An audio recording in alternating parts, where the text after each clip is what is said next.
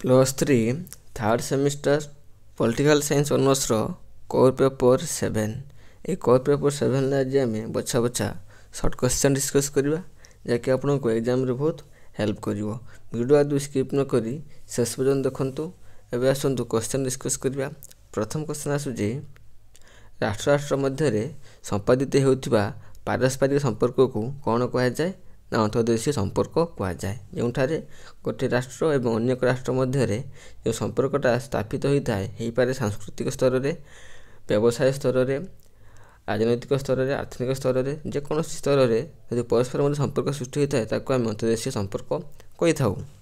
Next question जीवा क्यों दार्शनिक मतरे अंतर्देशीय संपर्क अर्थ राष्ट्र राष्ट्र मध्य सृष्टि होता समस्त अर्थनैतिक, राजनैतिक, सांस्कृतिक, वाणिज्यिक संपर्क को अंतर्देशीय संपर्क कहुए। क्यों दार्शनिक कही दार्शनिक क्वीन्स राइट करते।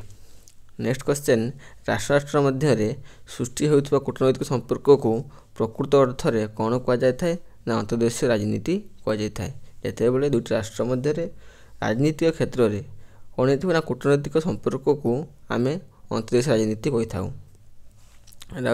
डिप्लोमेसी। नेक्स्ट क्वेश्चन जीवा राष्ट्र राष्ट्र मध्य कूटनैतिक संपर्क को अंतर्देशीय राजनीति कहुए। एक कथा मन रखु। नेक्स्ट क्वेश्चन गोटे राष्ट्रर अर्थनैतिक, वाणिज्यिक, राजनीतिक, सामाजिक एवं सांस्कृतिक स्वार्थ समूह को कौन कहुए ना राष्ट्रीय स्वार्थ कहुए। नेक्स्ट क्वेश्चन कौन आसुची गोटे राष्ट्रर भौगोलिक स्थिति, सामरिक दक्षता, अर्थनैतिक स्थिति, सुदृढ़ सरकार व्यवस्था, जाति चरित्र क्या परिपुष्ट करता है ना राष्ट्रीय क्षमता को परिपुष्ट करता है। नेक्स्ट क्वेश्चन जीवा क्यों आईन गुड़िक विश्व स्तर में कार्यकारी होता है एवं प्रत्येक सार्वभौम राष्ट्र को यह मानी था कौन कहुए या अंतर्देशीय आईन कहुए। नेक्स्ट क्वेश्चन गोटे सार्वभौम राष्ट्र निजर जातीय स्वार्थ को साकार करने अन्य राष्ट्र मानक सह संपर्क स्थापन करने को कौन कहुए ना वैदेशिक नीति कहुए। नेक्स्ट क्वेश्चन जो राजीनामा बल राष्ट्र राष्ट्र मध्य सहयोग और सहभागिता बढ़ी था एवं ताहा विश्व स्तर में ग्रहणयोग्य होता है या कौन कहुए या अंतर्देशीय चुक्ति कहुए। नेक्स्ट क्वेश्चन दुईटी राष्ट्र मध्य स्वाक्षरित होता राजीनामा को कौन कहुए ना द्विपाक्षिक चुक्ति कहुए। नेक्स्ट क्वेश्चन कौन आसुची ना दुई अधिक राष्ट्र मध्य स्वाक्षरित होता राजीनामा को कौन कहुए ना बहुपाक्षिक चुक्ति कहुए। नेक्स्ट क्वेश्चन क्यों विश्व व्यवस्था गोटे शक्तिशाली राष्ट्र निजर क्षमता और सामर्थ्य बल समस्त राष्ट्र को प्रभावित कर दृष्टिगोचर हुए या कि प्रकार विश्व व्यवस्था कहुए या एक केंद्रीय विश्व व्यवस्था कहुए। अंतर्देशीय राजनीति अध्ययन क्षेत्र में प्रयोज्य और वास्तववादी सिद्धांतर आद्य प्रवक्ता नाम कौन ना हांस मर्गेनथाउ। नेक्स्ट क्वेश्चन कौन आसुची नेक्स्ट क्वेश्चन आसुची स्वार्थ हासिल क्षमता प्रयोग को क्यों आदर्श ग्रहण करता ना वास्तववादी आदर्श ग्रहण करता है। नेक्स्ट क्वेश्चन राष्ट्र स्वार्थ को गुरुत्व देवा एवं स्वार्थ साधन पर क्षमता प्रयोग को विश्वास करता सिद्धांत को कौन कहुए ना वास्तववादी सिद्धांत बा रियलिस्ट एप्रोच कहुए। नेक्स्ट क्वेश्चन जीवा किए कही जातीय स्वार्थ केवल राष्ट्र द्वारा निर्णीत होता है ना हांस मर्गेनथाउ कही जातीय स्वार्थटा हूँ क्षमता द्वारा निर्मित होता है। नेक्स्ट क्वेश्चन साधारणतः नव वास्तववाद बा ढांचागत वास्तववाद आद्य प्रवक्ता किए ना कैथेन वाज। नेक्स्ट क्वेश्चन किए कही उदारवाद हेउची व्यक्ति स्वतंत्रता, न्यायिक प्रतिरक्षा, सांविधानिक राष्ट्रतत्व और राष्ट्र स्वाधीनतार समाहार दार्शनिक सार्टरी कही।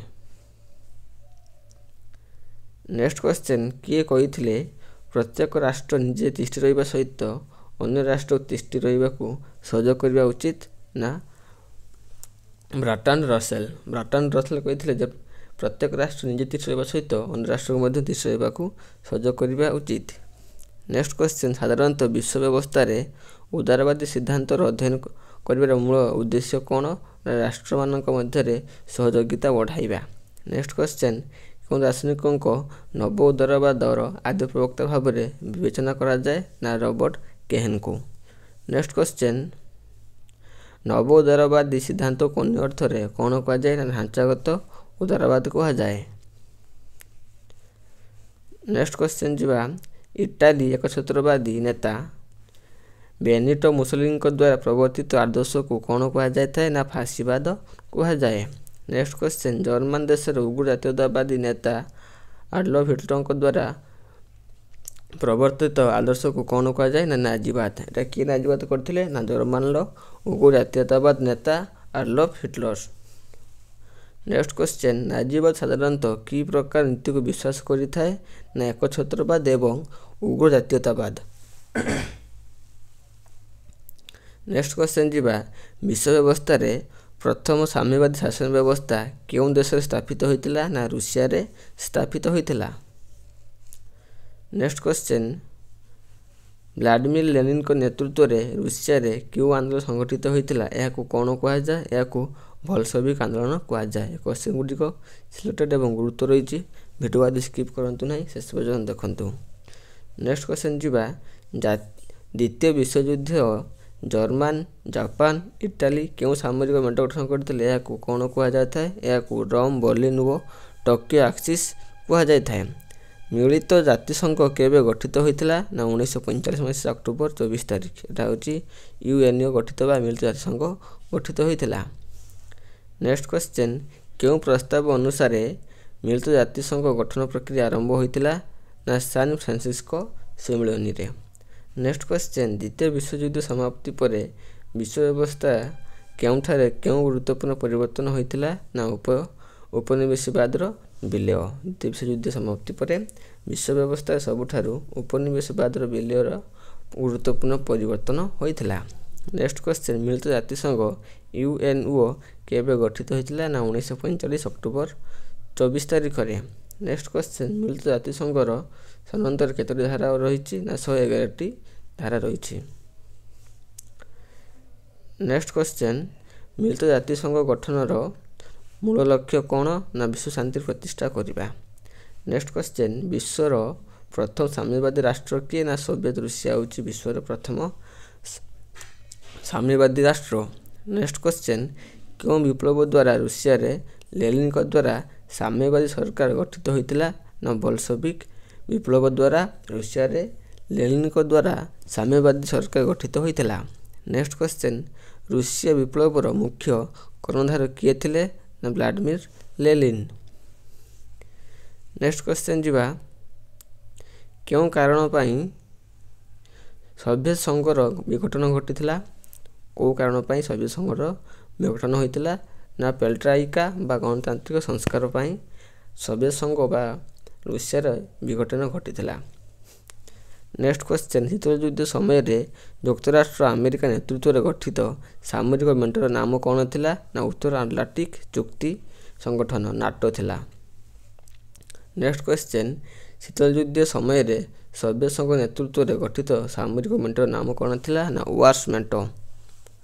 ନେକ୍ସଟ କ୍ୱେଶ୍ଚନ୍ ଆସିଛି, 1947 ମସିହା ତତ୍କାଳୀନ ଆମେରିକାର ରାଷ୍ଟ୍ରପତି ଗଣତନ୍ତ୍ର ଆଦର୍ଶ ପ୍ରସାର ପାଇଁ ଯେଉଁ ଯୋଜନା ପ୍ରସ୍ତୁତ କରିଥିଲେ ଏହାକୁ କ'ଣ କୁହାଯାଏ। ଏହାକୁ ଟ୍ରୁମାନ ଡକ୍ଟ୍ରିନ୍ କୁହାଯାଏ। କ'ଣ ଟ୍ରୁମାନ ଡକ୍ଟ୍ରିନ୍ କୁହାଯାଏ, ଯାହାକି 1947 ମସିହା ଆମେରିକାର ରାଷ୍ଟ୍ରପତି ଗଣତନ୍ତ୍ର ଆଦର୍ଶରେ ଟ୍ରୁମାନ ଡକ୍ଟ୍ରିନ୍ ଏକ ଯୋଜନା ପ୍ରସ୍ତୁତ କରିଥିଲେ।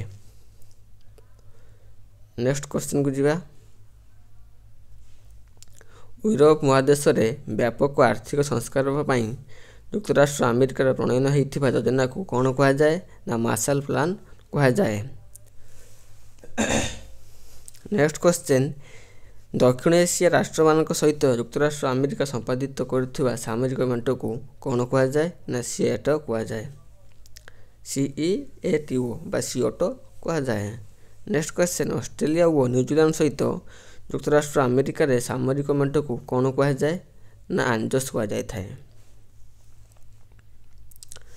ନେକ୍ସଟ କ୍ୱେଶ୍ଚନ୍, ଶୀତଳ ଯୁଦ୍ଧ ସମୟରେ ନୂତନ ଭାବେ ସ୍ୱାଧୀନତା ରାଷ୍ଟ୍ରକୁ ସାମରିକ ମେଣ୍ଟ ଓ ଅସ୍ତ୍ର ପ୍ରତିଯୋଗିତାରେ ସାମିଲ ହୋଇନଥିବା ଯେଉଁ ସହଯୋଗ ବାତାବରଣ ସୃଷ୍ଟି ହୋଇଥିଲା ଏହାକୁ କ'ଣ କୁହାଯାଏ ନା ତୃତୀୟ ବିଶ୍ୱ ଅଭ୍ୟୁଦୟ rise of third world countries କୁହାଯାଏ। ଯେତେବେଳେ ଶୀତଳ ଯୁଦ୍ଧ ସମୟରେ ନୂତନ ଭାବେ ସ୍ୱାଧୀନତା ରାଷ୍ଟ୍ରଗୁଡ଼ିକ ଯେପରି ଭାରତ, ପାକିସ୍ତାନ ମଧ୍ୟ ସେ ତାର ସେପାରେଟ୍ ରାଜ୍ୟ କରିନେଇଥିଲା।